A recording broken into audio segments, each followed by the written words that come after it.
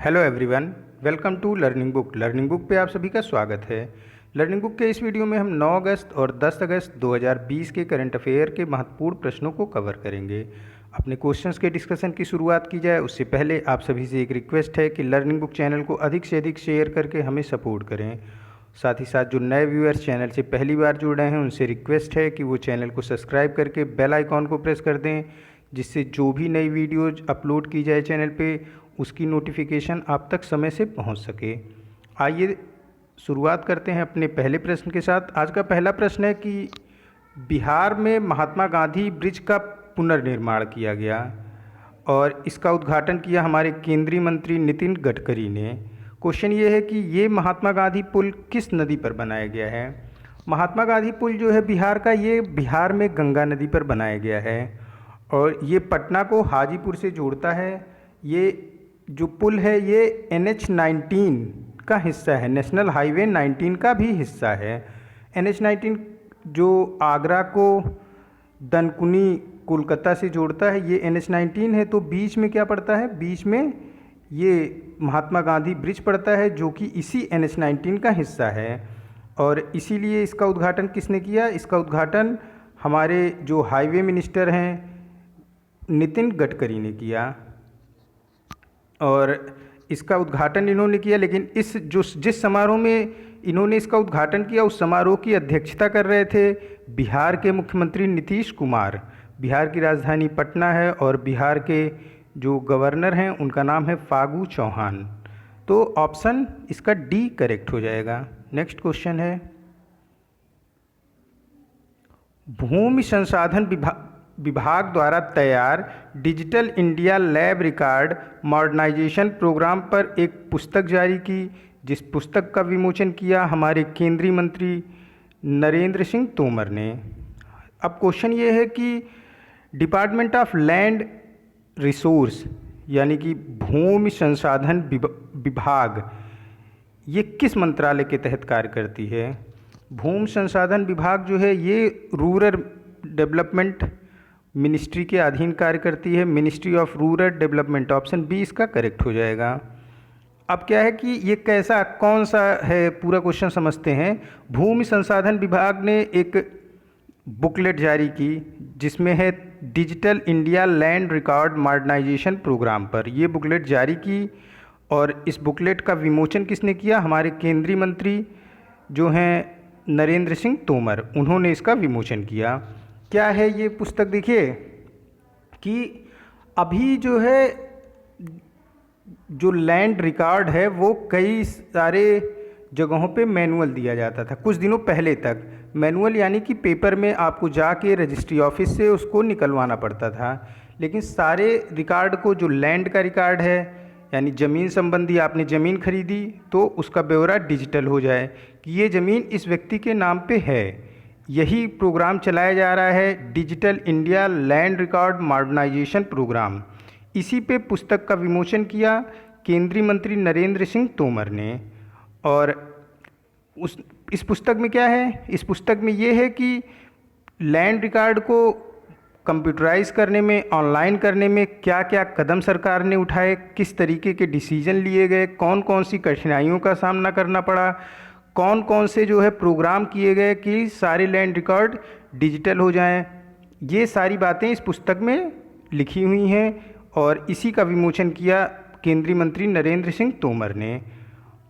और जो है डिपार्टमेंट ऑफ लैंड रिसोर्स ये आता है मिनिस्ट्री ऑफ रूरल डेवलपमेंट के अधीन।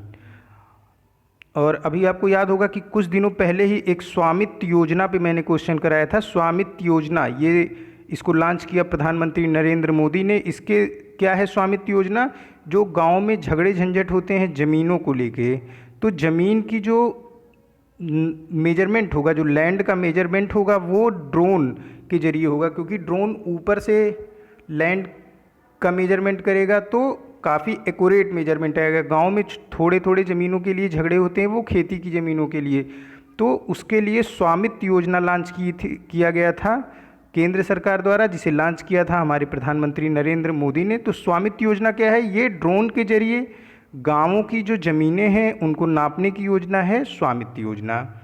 और अब देखिए, जब डिजिटल रिकॉर्ड हो गए हैं तो काफ़ी सारे रिकॉर्ड डिजिटल हो चुके हैं, तो अब आप जाके अपने ज़मीन का रिकॉर्ड ऑनलाइन निकाल सकते हैं डिपार्टमेंट ऑफ लैंड रिसोर्स की वेबसाइट से।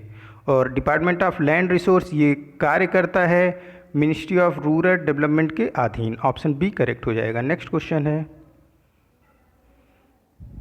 अगरबत्ती निर्माण करने वाले कारीगरों को लाभ पहुंचाने के लिए ग्रामोद्योग विकास योजना ये किस मंत्रालय के तहत शुरू की गई है? ये शुरू की गई है एमएसएमई मिनिस्ट्री यानी कि माइक्रो स्मॉल मीडियम इंटरप्राइजेज मंत्रालय द्वारा। ऑप्शन डी इसका करेक्ट हो जाएगा।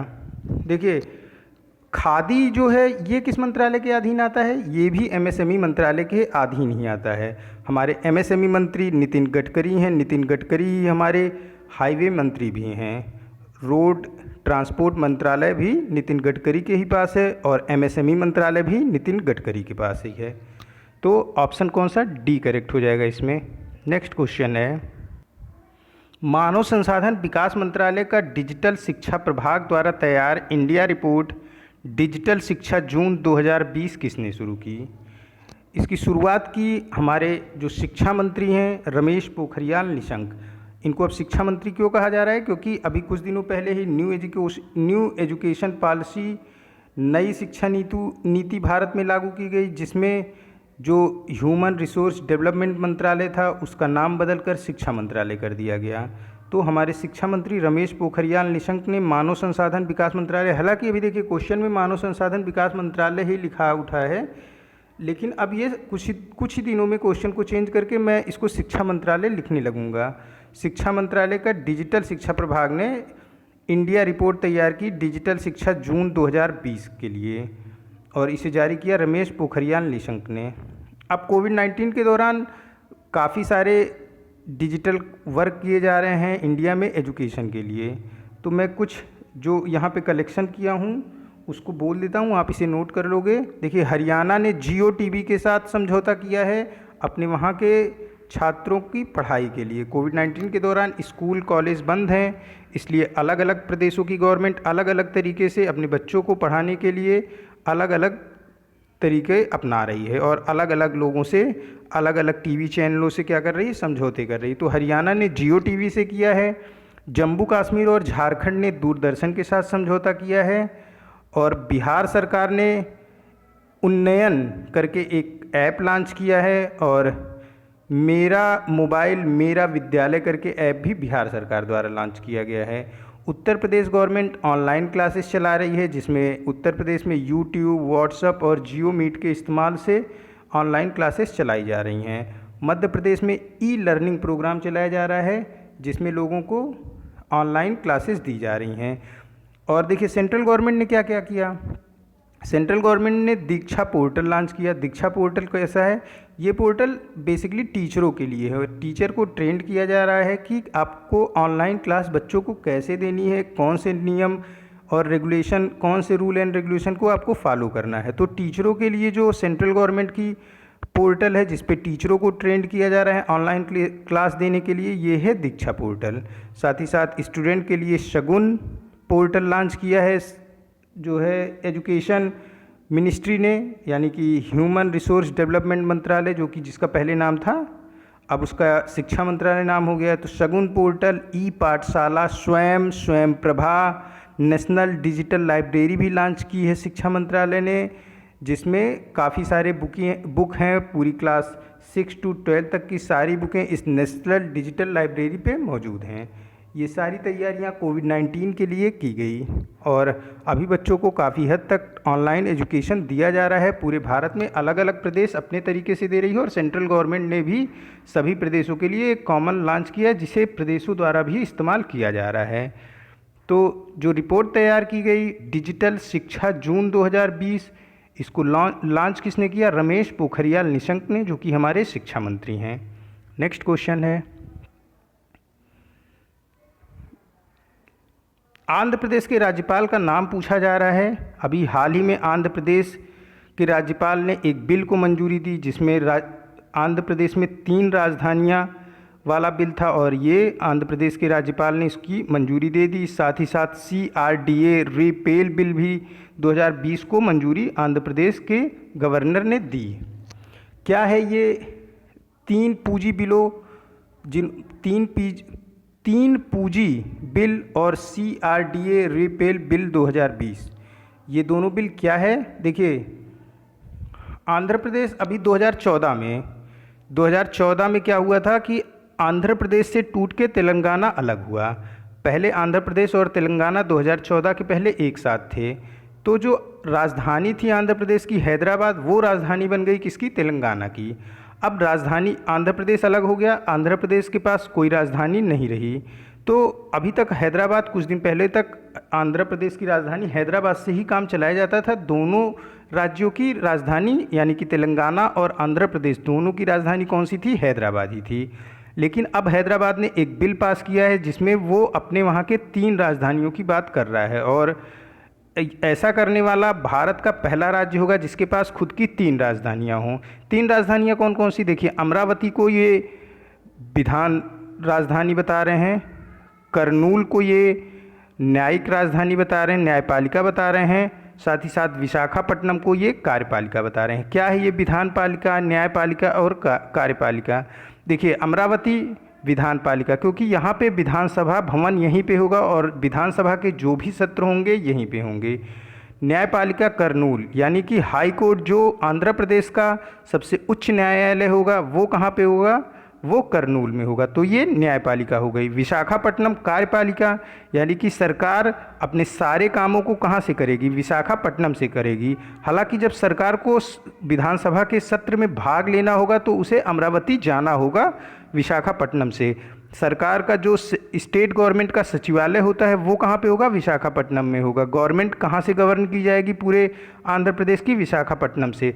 लेकिन जब भी सत्र होगा विधानसभा का तो जाना होगा कहाँ पे? अमरावती में, क्योंकि विधानसभा सत्र के लिए विधान पालिका राजधानी अमरावती और न्यायपालिका राजधानी करनूल और विशाखापट्टनम कार्यपालिका राजधानी बनाई गई है। और इसी बिल को मंजूरी दे दी गई विश्वभूषण हरिश्चंदन द्वारा, जो कि राज्यपाल हैं आंध्र प्रदेश के। दूसरा क्या बिल है? CRDA repel bill 2020।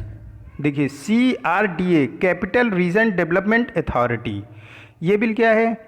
इसमें जो ये तीनों क्षेत्र हैं इनको विकसित करने के लिए एक अथॉरिटी बनाई गई है जो कि इनके विकास पर विशेष ध्यान देगी। अमरावती विधान पालिका जहाँ पे विधानसभा भवन है, करनूल न्यायपालिका जहाँ पे आंध्र प्रदेश का उच्च न्यायालय है, विशाखापट्टनम कार्यपालिका जहाँ से सरकार अपने सारे काम को करेगी।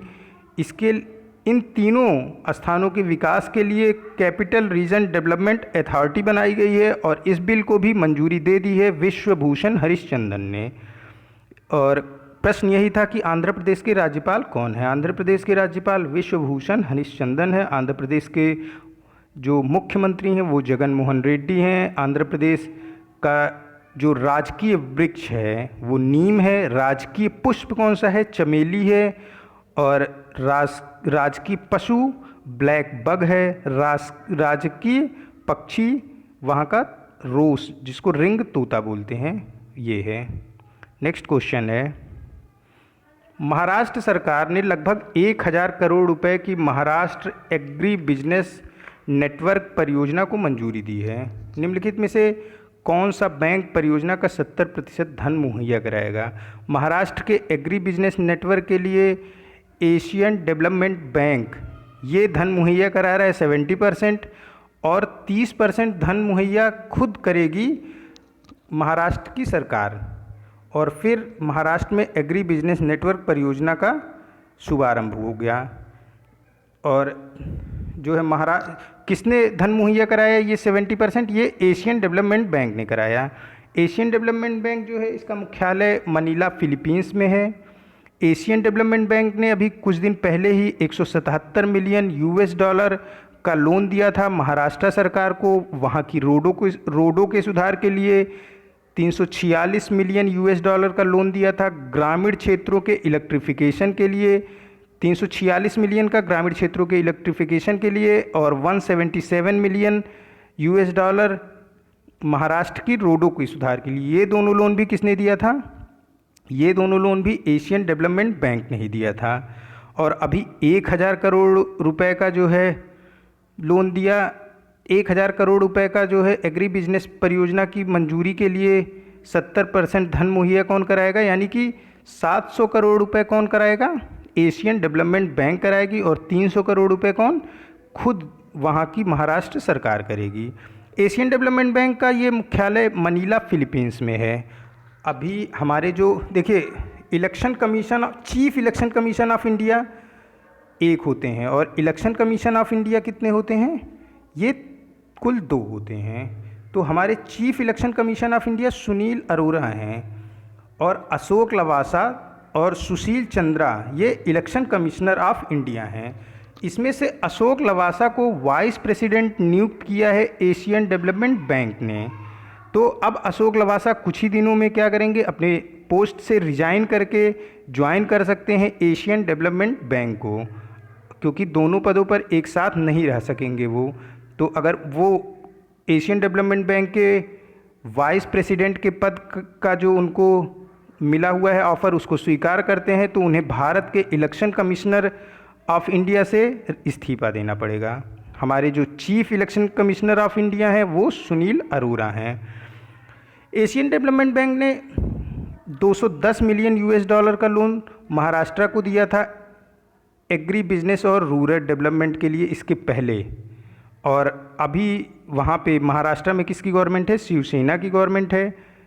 उद्धव ठाकरे महाराष्ट्र के मुख्यमंत्री हैं। नेक्स्ट क्वेश्चन है, भारत ने 8 मिलियन पाउंड की 5 नई औषधि अनुसंधान परियोजना के लिए किस देश के साथ समझौता किया है?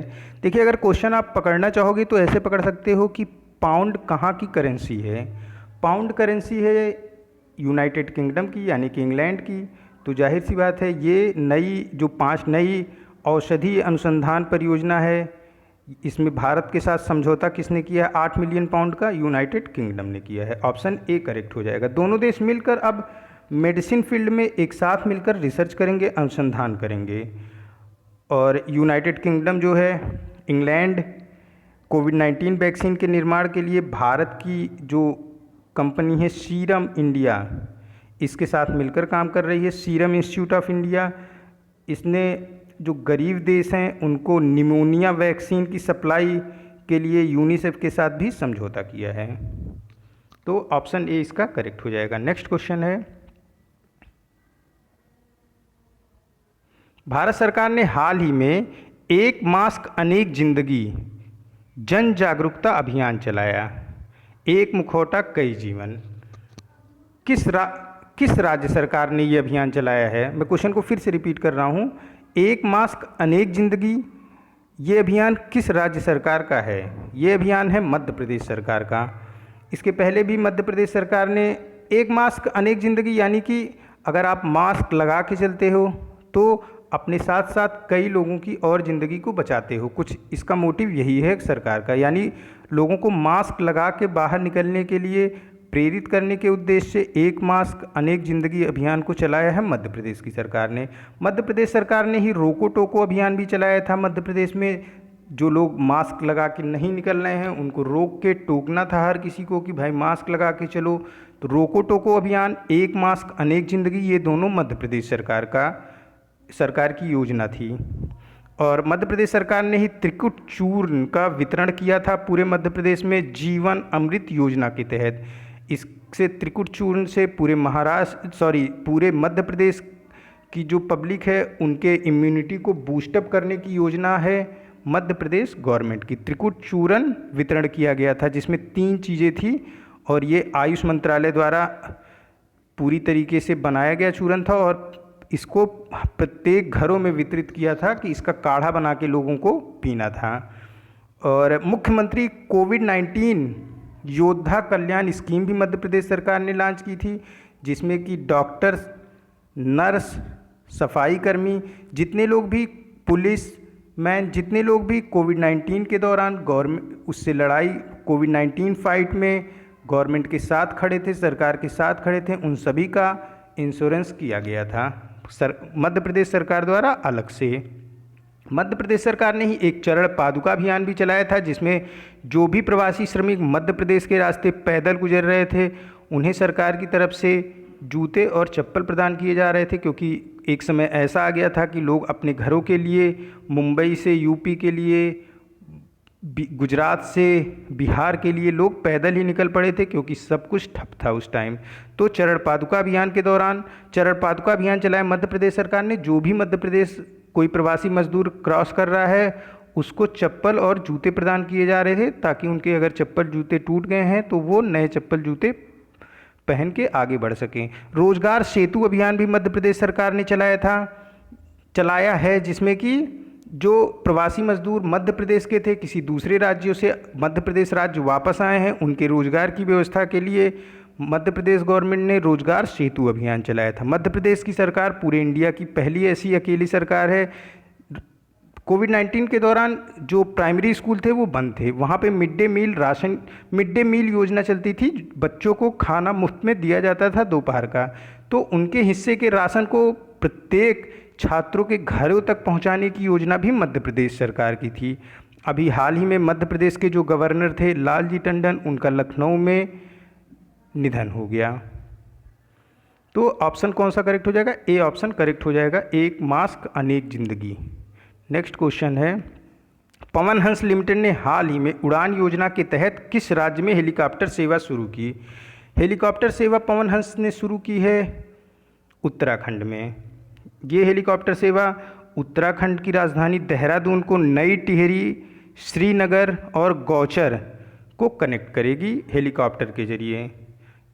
जो पवन हंस लिमिटेड है, ये जो पहाड़ी एरिया है, जैसे हमारा नॉर्थ ईस्ट पूर्वोत्तर भारत और जम्मू कश्मीर में कटरा से लेके वैष्णो देवी तक, ये सब कवर करता है पवन हंस लिमिटेड। हेलीकॉप्टर के द्वारा ये लोगों को सुविधा प्रदान करता है एक स्थान से दूसरे स्थान जाने के लिए। अभी उत्तराखंड में देहरादून से नई टिहरी से देहरादून, उत्तराखंड में ही एक स्थान है श्रीनगर। नई टिहरी, श्रीनगर, गौचर और देहरादून, इन सबको हेलीकॉप्टर के जरिए कवर कर रहा है पवन हंस लिमिटेड। और पवन हंस लिमिटेड ही कटरा से वैष्णो देवी तक भी हेलीकॉप्टर की यात्रा पैसेंजर को कराता है। पवन हंस लिमिटेड उत्तर भारत में भी एक्टिव है। उत्तर भारत में भी कई जगहों पर पवन हंस लिमिटेड ये हेलीकॉप्टर सेवा प्रदान करता है यात्रियों को। पवन हंस लिमिटेड, इसका जो सेंटर है, हेडक्वार्टर है, जो इसका हेडक्वार्टर है ये तो नोएडा में है, लेकिन जो ये कार्य करता है उसका जो सेंटर है वो मुंबई में है। नेक्स्ट क्वेश्चन है, केंद्रीय मंत्री जितेंद्र सिंह के अनुसार प्रधानमंत्री ग्राम सड़क योजना में प्रदर्शन के मामले में किस राज्य और केंद्र शासित प्रदेश ने शीर्ष स्थान हासिल किया? प्रधानमंत्री ग्राम सड़क योजना में जो शीर्ष स्थान हासिल करने वाला राज्य है वो है हिमाचल प्रदेश। और प्रधानमंत्री ग्राम सड़क योजना में जो दूसरा स्थान मिला है वो जम्मू कश्मीर को मिला है। प्रधानमंत्री ग्राम सड़क योजना ये अटल बिहारी वाजपेयी ने लॉन्च की थी, अटल बिहारी वाजपेयी सरकार ने लॉन्च की थी अब 25 दिसंबर 2000 सन 2000 को, यानी 20 साल इसके पूरे हो गए। क्या थी ये योजना? इस योजना के तहत जो गांव थे उनको सड़कों, मुख्य सड़क तक लाके जोड़ने की योजना थी, ताकि जो गांव का किसान है, जो गांव का व्यक्ति है, वो सड़कों तक पहुंच सके और अपना जो भी व्यापार करना हो, जैसे गेहूं, उसको गांव का किसान है उसको गेहूं बाज़ार में लेके जाना है, तो सड़क रहेगी तो उसे गेहूं को लेके जाने में आसानी होगी। ये योजना इसीलिए की गई थी कि जो गांव का व्यक्ति है वो मुख्य सड़क से जुड़ सके और अपने व्यापार को मुख्य सड़क के रास्ते कहीं भी शहर में भी कर सके। इसीलिए प्रधानमंत्री ग्राम सड़क योजना लॉन्च करी थी भाजपा सरकार, जिस समय प्रधानमंत्री अटल बिहारी वाजपेयी थे, उन्होंने सन 2000 में ही इसको लॉन्च किया था। इसमें ग्रामीण विकास मंत्रालय और राज्य सरकारें दोनों मिलकर काम करती हैं। तो राज्य सरकारों में अभी जिस राज्य सरकार ने सबसे अच्छा प्रदर्शन किया, यानी कि गांव में सड़कों की बनाने की गति जिस राज्य में सबसे ज़्यादा थी वो थी हिमाचल प्रदेश, और दूसरे नंबर पर इसमें जम्मू कश्मीर राज्य रहा।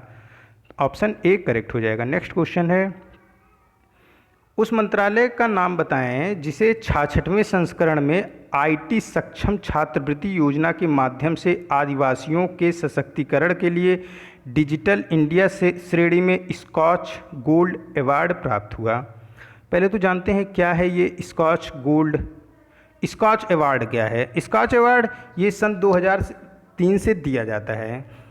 स्कॉच अवार्ड किसी व्यक्ति, किसी प्रोजेक्ट या फिर किसी संस्था को किसी भी क्षेत्र में किए गए उत्कृष्ट कार्य के लिए प्रदान किया जाता है।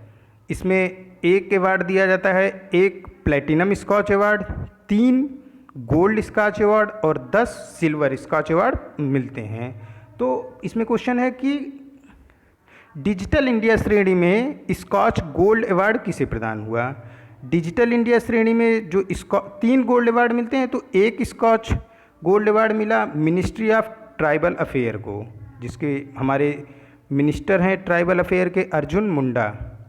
मिनिस्ट्री ऑफ ट्राइबल अफेयर ने जो जनजातीय पॉपुलेशन है उनके उत्थान के लिए एक सक्षम छात्रवृत्ति योजना लॉन्च की थी, जिसमें उनको जो जनजाति हैं उनको डिजिटल रूप से सक्षम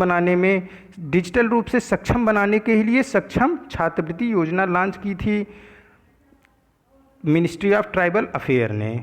और इस योजना के तहत काफ़ी सारे जनजाति पॉपुलेशन के बच्चे डिजिटल इंडिया से जुड़े और इस योजना ने एक उत्कृष्ट प्रदर्शन किया। इसीलिए इस योजना को इस वर्ष का डिजिटल इंडिया श्रेणी में स्कॉच गोल्ड अवार्ड प्रदान किया गया।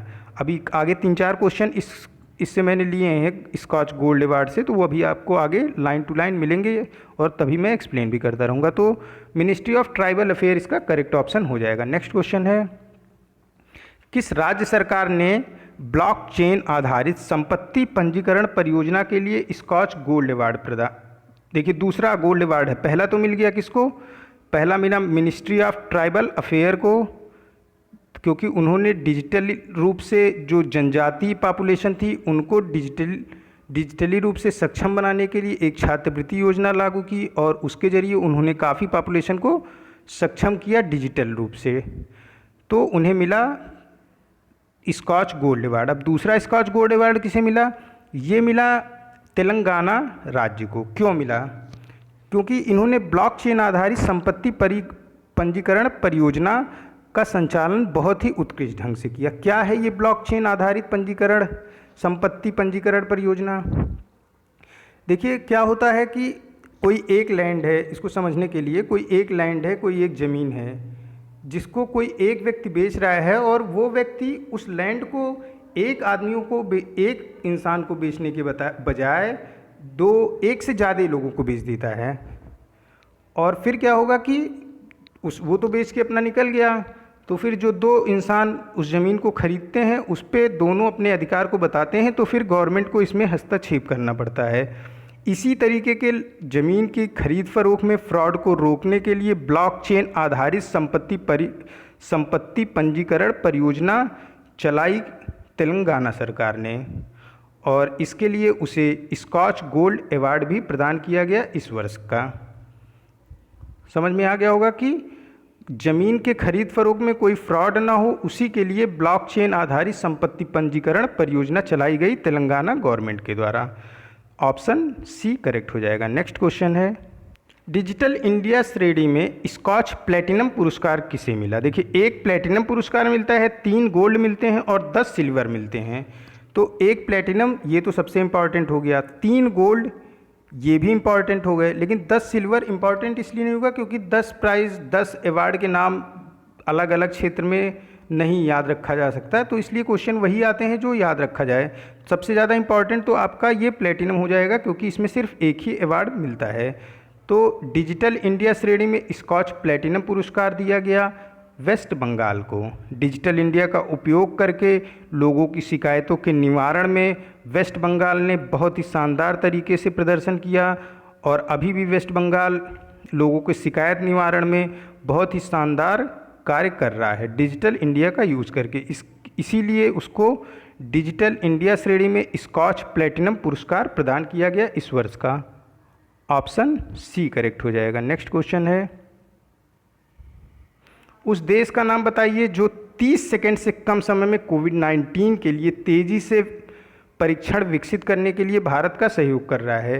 भारत और इजराइल दोनों मिलकर ऐसे टेस्ट किट को लॉन्च कर रहे हैं, ऐसे टेस्ट किट पे काम कर रहे हैं कि 30 सेकंड के भीतर ही कोविड-19 इन्फेक्शन का पता लगाया जा सके कि कोई व्यक्ति यदि कोविड-19 वायरस यानी कि कोरोना वायरस से संक्रमित है तो उसकी जांच को सिर्फ 30 सेकंड में किया जा सके।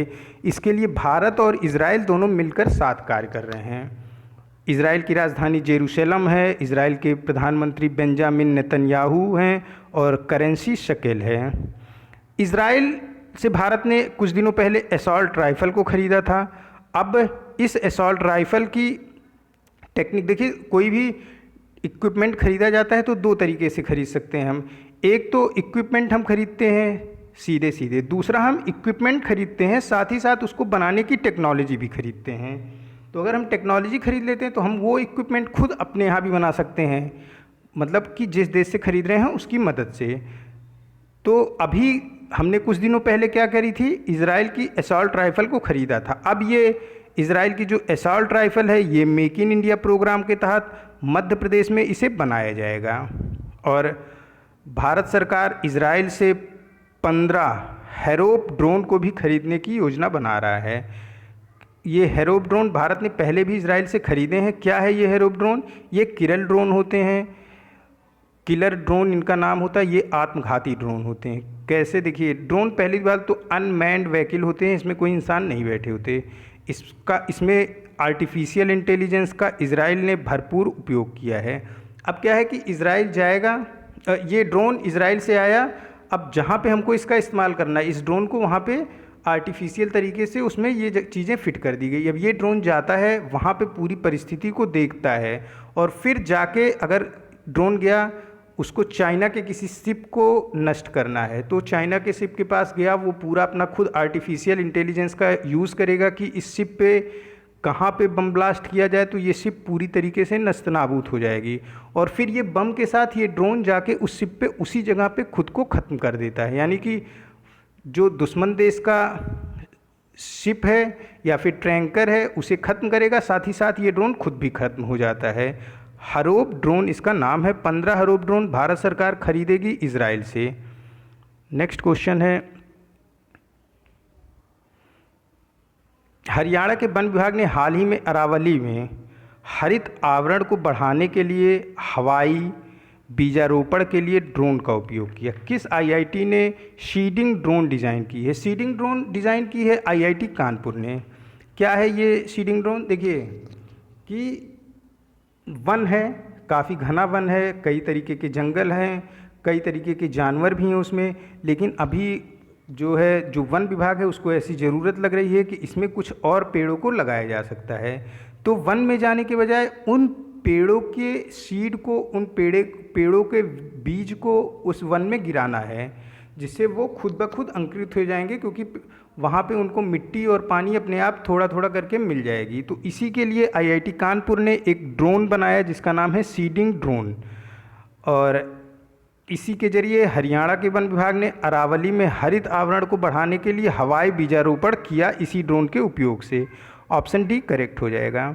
आईआईटी कानपुर ने ही एक शुद्ध नाम से उपकरण बनाया है जो कि अल्ट्रावायलेट रेज प्रोड्यूस करता है।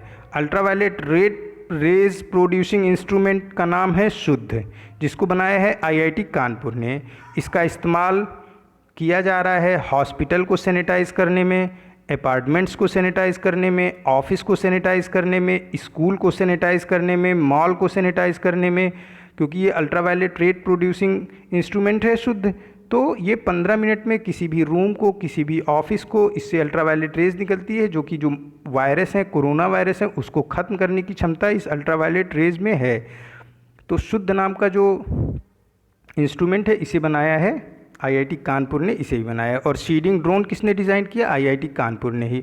सीडिंग ड्रोन का इस्तेमाल किसने किया? हरियाणा के वन विभाग ने अरावली क्षेत्र में किया। नेक्स्ट क्वेश्चन है, फुटबॉलर बेनेडिक्ट होवेट्स ने हाल ही में किस देश से रिटायरमेंट की घोषणा की?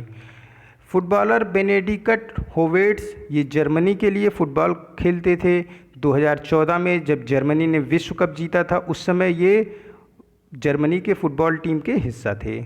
ऑप्शन डी करेक्ट हो जाएगा। नेक्स्ट क्वेश्चन है, ग्रीन लाइट नामक बुक के लेखक कौन हैं? ग्रीन लाइट जो ये बुक है इसको लिखा है जो हॉलीवुड एक्टर मैथ्यू मकाको नागी ने ग्रीन लाइट पुस्तक लिखी है। ये हॉलीवुड के एक्टर हैं और ये ऑस्कर भी जीत चुके हैं। इसमें इन्होंने अपने बारे में काफ़ी कुछ राज खोले हैं, कैसे इन्होंने स्ट्रगल किया, मतलब ये कुल मिला के इनकी आत्मकथा है green lights, Matthew McConaughey की। ऑप्शन सी करेक्ट हो जाएगा। नेक्स्ट क्वेश्चन है, सा कंदास्वामी जिनका हाल ही में निधन हो गया, ये किस क्षेत्र में प्रसिद्ध हैं? सा कंदास्वामी ये इनका निधन 81 वर्ष में हुआ। ये एक लेखक थे और ये तमिलनाडु से बिलोंग करते थे। ऑप्शन बी करेक्ट हो जाएगा। सा कंदास्वामी ये एक प्रसिद्ध लेखक थे, तमिलनाडु के थे। नेक्स्ट क्वेश्चन है, परवेज़ खान जिनका हाल ही में निधन हो गया, ये किस क्षेत्र में प्रसिद्ध थे? परवेज़ खान ये एक्शन डायरेक्टर थे। 55 वर्ष की आयु में इनका हार्ट अटैक की वजह से निधन हुआ। इन्होंने अंधाधुंध और जानी गद्दार, बुलेट राजा जैसी फिल्मों में कार्य किया है। तो एक्शन डायरेक्टर प्रसिद्ध परवेज़ खान का अभी पिछले महीने निधन हुआ हार्ट अटैक की वजह से। नेक्स्ट क्वेश्चन है, 1 से 7 अगस्त तक विश्व स्तनपान world breastfeeding day week world breastfeeding week प्रतिवर्ष मनाया जाता है। वर्ल्ड ब्रेस्ट फीडिंग वीक 2020 का क्या थीम है? इसका थीम है support breast feeding for a healthier planet. एक स्वस्थ ग्रह के लिए स्तनपान का समर्थन करें। जो माँ का मिल्क होता है, माँ का दूध होता है, ये बच्चों को ना सिर्फ बेहतर स्वास्थ्य प्रदान करता है बल्कि उन्हें कई तरीके की बीमारियों से भी बचाता है। इसी के प्रति लोगों को जागरूक करने के लिए प्रत्येक वर्ष 1 से 7 अगस्त तक पूरा सप्ताह विश्व स्तनपान सप्ताह के रूप में मनाया जाता है। तो ऑप्शन कौन सा करेक्ट हो जाएगा? एक स्वस्थ ग्रह के लिए स्तनपान का समर्थन करें, support breast feeding for a healthier planet. Next question है, क्रीडाई आवास ऐप और नार्डिको के ऑनलाइन पोर्टल housingforall.com को किसने लॉन्च किया? इसको लॉन्च किया हमारे minister of housing and urban affair Hardeep Singh Puri ने। क्या है ये क्रीडाई आवास ऐप? ये 2 चीज़ों को लॉन्च किया एक साथ, क्रीडाई आवास ऐप और नार्किडो का एक housingforall.com करके पोर्टल है। इसका प्रमुख उद्देश्य जो है, इन दोनों ऐप का और इस पोर्टल का प्रमुख उद्देश्य है कि जो शहर के गरीब हैं और जो प्रवासी श्रमिक हैं, कहीं से वापस अपने राज्य में वापस आए हैं, उनको गरिमापूर्ण तरीके से कम दाम पे किफ़ायती मूल्य में किराए के आवास को उपलब्ध कराया जा सके। इसीलिए क्रीडाई आवास ऐप और नार्किडो ने housingforall.com को लॉन्च किया है, जिसका इनॉग्रेशन किया हरदीप सिंह पुरी ने, जो कि हमारे minister of housing and urban affair हैं। प्रधानमंत्री Gramin Awas Yojana housing for all, देखिए प्रधानमंत्री ग्रामीण आवास योजना अलग है, housing for all Awas Yojana अलग है। प्रधानमंत्री ग्रामीण आवास योजना ये इंदिरा गांधी के समय में चलाया गया था। इसकी जगह पे अब प्रधानमंत्री Awas Yojana housing for all urban, इसके अंतर्गत 2022 तक जो शहरी क्षेत्र के गरीब व्यक्ति हैं उनको आवास प्रदान करने का सरकार का लक्ष्य है 2022 तक का। और सरकार का 2024 तक का लक्ष्य है कि प्रत्येक शहरी या फिर ग्रामीण क्षेत्रों में प्रत्येक घरों में पाइप्ड वाटर, जल जीवन मिशन के तहत पाइप्ड वाटर पहुँचे प्रत्येक घरों में 2024 तक। और हाउसिंग फॉर ऑल अर्बन, शहरी क्षेत्रों में प्रत्येक गरीब को 2022 तक अपने घर की छत मिल जाए। 2022 तक घर की छत और 2024 तक पाइप्ड वाटर, ये योजनाएं हैं केंद्र सरकार की। नेक्स्ट क्वेश्चन है, ई रक्षाबंधन नामक साइबर क्राइम जागरूकता कार्यक्रम किसने शुरू किया? इसको शुरू किया आंध्र प्रदेश सरकार ने। महिलाओं, युवाओं और बच्चों पर हो रहे साइबर क्राइम के प्रति इन लोगों को जागरूक करने के उद्देश्य से ई रक्षाबंधन नामक साइबर क्राइम जागरूकता अभियान शुरू किया आंध्र प्रदेश सरकार ने। ऑप्शन सी करेक्ट हो जाएगा। नेक्स्ट क्वेश्चन है, कॉटन कॉरपोरेशन ऑफ इंडिया ने किस देश में गोदाम स्थापित करने की योजना बनाई है? कॉटन कॉरपोरेशन ऑफ इंडिया गोदाम को स्थापित करेगा वियतनाम में। गोदाम स्थापित करने का ये कॉटन कॉरपोरेशन ऑफ इंडिया का मतलब ये है कि जब कॉटन पैदा हो रहे हैं तो हम अपने यूज़ का कॉटन रखने के बाद जो हमको वियतनाम के क्षेत्र के देशों में जो कॉटन भेजना है उसका वहाँ पे हम वहाँ के गोदाम में हम इसको क्या करेंगे, रख लेंगे और फिर जैसे जैसे जो देश हमसे ये कॉटन ख़रीदना चाहेंगे आसानी से उन देशों को, वियतनाम के आसपास के जितने देश हैं उनको ये कॉटन पहुँचा दिया जाएगा। कॉटन कॉरपोरेशन ऑफ इंडिया ये मिनिस्ट्री ऑफ टेक्सटाइल के अधीन कार्य करता है। कॉटन कॉरपोरेशन ऑफ इंडिया का जो हेडक्वार्टर है ये मुंबई में स्थित है। भारत सरकार कच्चे तेलों को, जिनसे हम देखिए जो हम तेल खरीदते हैं ये कच्चे तेल खरीदते हैं, फिर उनको रिफाइनरी में उनसे पेट्रोल डीजल केरोसिन ऑयल ये सब चीज़ों को हम खुद जो रिफाइनरी होती है उससे निकालते हैं। तो कच्चे तेलों का एक भारत सरकार रखना चाह रही है, संरक्षण करना चाह रही है, प्रिजर्व करना चाह रही है कच्चे तेलों, क्योंकि अभी क्या है कोविड-19 की वजह से कच्चे तेलों का मूल्य इंटरनेशनल मार्केट में काफ़ी कम है। तो इसके लिए भारत सरकार कच्चे तेल के कुएं को बना रही है। कहाँ पे? अमेरिका में, यूनाइटेड स्टेट ऑफ अमेरिका में। वहाँ पे कच्चे तेलों को भारत सरकार अपने लिए पहले से ही क्या करेगी, सुरक्षित रख लेगी आगे आने वाले भविष्य के लिए। तो ऑप्शन यहाँ पे देखिए, कॉटन को कहाँ पे गोदाम स्थापित कर रही है कॉटन रखने के लिए? वियतनाम में। पेट्रोल रखने के लिए कहाँ पे? यूएसए में। ऑप्शन सी करेक्ट हो जाएगा। नेक्स्ट क्वेश्चन है, मोहम्मद इरफान अली किस देश के राष्ट्रपति बने हैं? ये नए राष्ट्रपति बने हैं गुयाना के। इन्होंने जगह ली है डेविड आर्थर की। गुयाना ये साउथ अमेरिका का एक देश है। नेक्स्ट क्वेश्चन है, मुस्लिम महिला अधिकार दिवस ये 1 अगस्त 2020 को मनाया गया, ये कौन सा संस्करण था? ये देखिए अभी पहला संस्करण था। 1 अगस्त 2019 को ट्रिपल तलाक के विरुद्ध भारत की संसद में कानून बना और जिसमें जो मुस्लिम महिलाएं थीं उनके अधिकार को जो है उनको एक अलग से अधिकार दिया गया कि कोई इतनी आसानी से ट्रिपल तलाक नहीं दे सकेगा। ट्रिपल तलाक देने पे सज़ा का प्रावधान किया गया। इसमें सरकार द्वारा जेंडर इक्वलिटी की बात कही गई कि हम महिलाओं को भी बराबर अधिकार देंगे मुस्लिम समुदाय के। तो ये बिल जो ट्रिपल तलाक का पास हुआ था ये 1 अगस्त 2020 को पास हुआ था। तो अब से भारत में 1 अगस्त 2020 को मुस्लिम महिला अधिकार दिवस के रूप में मनाया जाएगा। ये इसका पहला संस्करण था। नेक्स्ट क्वेश्चन है, विश्व संस्कृत दिवस 2020 कब मनाया गया? इस वर्ष का जो विश्व संस्कृत दिवस मनाया गया ये मनाया गया 3 अगस्त को। देखिए संस्कृत ये एक भाषा है जो बहुत ही पुरानी भाषा है हिंदू धर्म की। 3 अगस्त इस वर्ष मनाया गया। हालांकि ये प्रत्येक वर्ष 3 अगस्त को नहीं मनाया जाता है। यह जो संस्कृत दिवस है यह हिंदू महीना का जो श्रावण महीना होता है यानी कि सावन का महीना होता है उसके पूर्णिमा के दिन मनाया जाता है।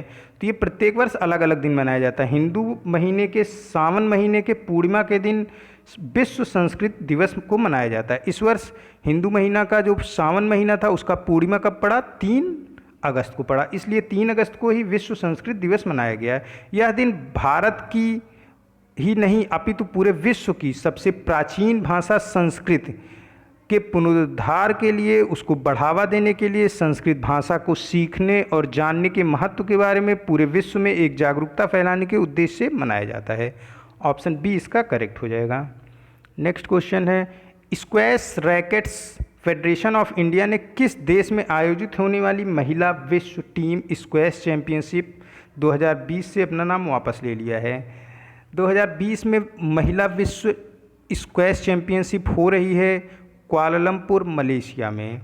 और जो squash rackets federation of India है इसको ऐसा लग रहा है कि हमारी जो टीम है उसकी तैयारी वो प्रॉपर तरीके से नहीं हो पाई। कोविड-19 की वजह से प्रैक्टिस की कमी है और जो है हम उतने तरीके मेंटली नहीं तैयार हैं, ना ही हम पूरी तरीके से फिजिकली तैयार हैं, क्योंकि कोविड-19 के दौरान काफ़ी दिनों तक जो खिलाड़ी थे वो लॉकडाउन में फंसे रहे, उन्होंने प्रैक्टिस नहीं की। इन्हीं सब वजहों से जो squash rackets federation of India है, इसने अपना नाम महिला विश्व टीम स्क्वैश चैंपियनशिप 2020 से वापस ले लिया है और ये इस वर्ष होगा कुआलालंपुर मलेशिया में। नेक्स्ट क्वेश्चन है, आईपीएल 2020 के 13वें संस्करण की मेज़बानी कौन सा देश करेगा? देखिए, इंडियन प्रीमियम लीग ये भारत में होता था, लेकिन कोविड-19 की वजह से इस वर्ष ये 19 सितंबर से 10 नवंबर तक होगा यूएई में।